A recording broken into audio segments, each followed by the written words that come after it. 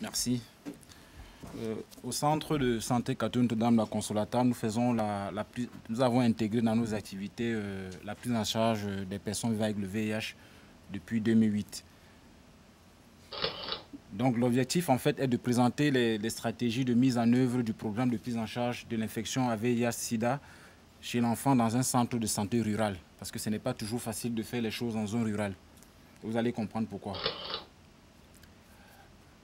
La structure sanitaire dans laquelle je travaille, c'est une structure sanitaire à vocation sociale qui est située à Marandala. Même les Ivoiriens savent même, il y a très peu d'Ivoiriens qui ont déjà entendu parler de Marandala parce que c'est une ville, en fait, c'est une sous-préfecture qui est située au nord-ouest du pays, à un peu plus de 500 km d'Abidjan, avec une population estimée à 40 000 habitants, un taux d'analphabétisme qui est très élevé, supérieur à 75%, selon les données de l'information de la planification et de l'évaluation de 2008.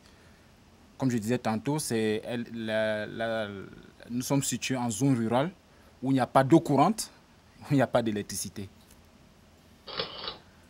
Le personnel soignant est constitué d'une dizaine de prestataires, parmi lesquels un médecin qui a été formé pour la prise en charge globale des personnes vivant avec le VIH.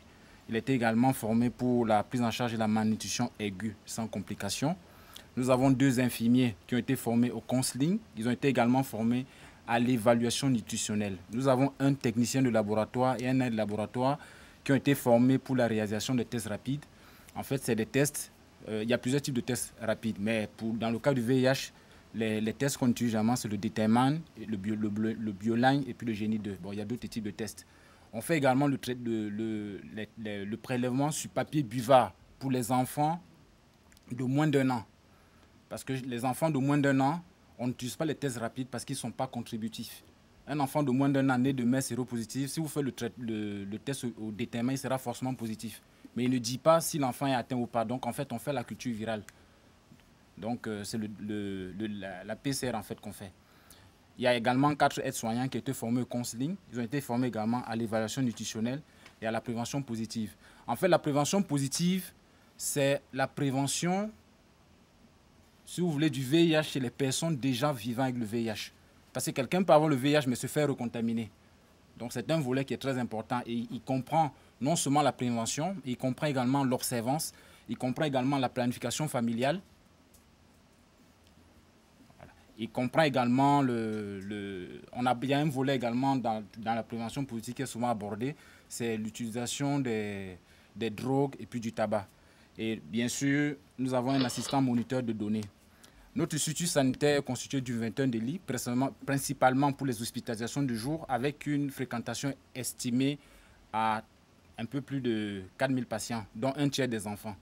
Donc, comme je le disais tantôt, le centre de santé Katoun dans la Consolata a intégré dans ses activités la prise en charge des personnes vivant avec le VIH grâce à International Center for Great Care and Treatment Programs. C'est un programme de Columbia University et qui dépend du financement du président des États-Unis pour la lutte contre le sida. C'est une étude rétrospective qui va de 2009 à 2010. Pour pouvoir identifier les patients, nous avons utilisé 2 critères. Il y a des critères cliniques et puis il y a des critères biologiques. Les critères cliniques, il y a 2 classifications. Il y a la classification OMS et puis il y a la classification CDC. La CDC est américaine, hein? C'est Center Disease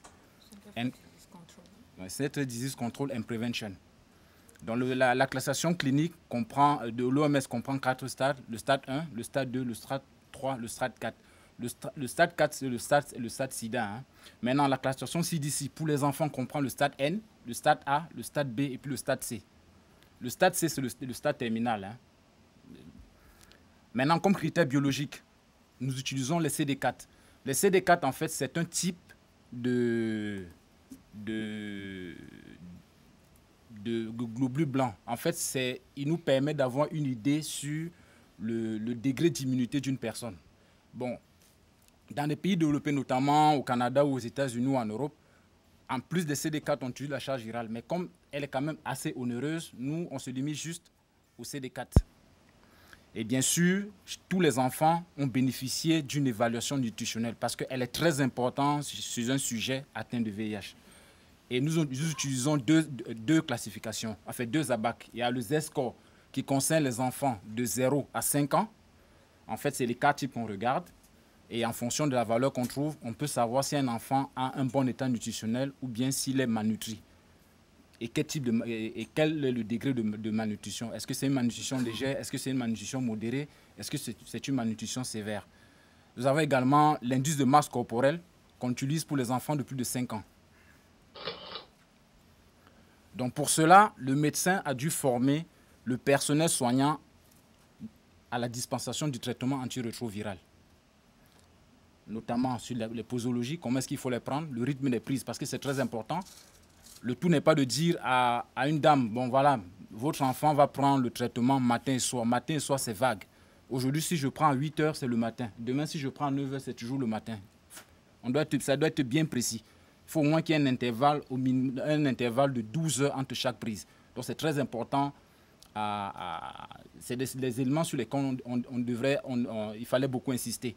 Et il fallait beaucoup insister dessus, d'autant plus que je vous disais tantôt, nous sommes dans une zone où le taux d'analphabétisme est supérieur à 75%. Donc ce n'est pas du tout évident. Bien sûr, il y a quelques effets secondaires déjà, parce qu'il faut tout. Comme c'est un traitement quand même qui est agressif, donc au début, il a des effets secondaires. Donc déjà, les parents doivent être sensibilisés. Il y a également l'appui nutritionnel qu'on a fait, qui devait être fait avec les aliments thérapeutiques prêts à l'emploi pour les enfants malnutris, qui souffrent de malnutrition modérée et sévère. Et autre critère, justement, il fallait que les enfants soient hospitalisés pendant 1 mois. Donc comme résultat, nous avons reçu 1304 enfants, parmi lesquels 1065 ont accepté de faire le test, ce qui a permis de retrouver 8 enfants séropositifs, dont 2 garçons et 4 filles. Après, quand on a fait la classification, on avait 2 enfants qui étaient au stade 1 qui n'étaient pas éligibles au traitement antirétroviral. Et il y a 6 enfants qui étaient éligibles au traitement antirétroviral. Parmi les 6 enfants, il y avait 3 enfants au stade 3 de l'OMS et puis 3 enfants au stade 4 de l'OMS. Bien sûr, on utilise les recommandations du Programme national de prise en charge des personnes vivant avec le VIH selon les recommandations du ministère de la Santé publique et de la lutte contre le sida. Et tous les enfants qui ont été hospitalisés ont bénéficié du traitement directement observé.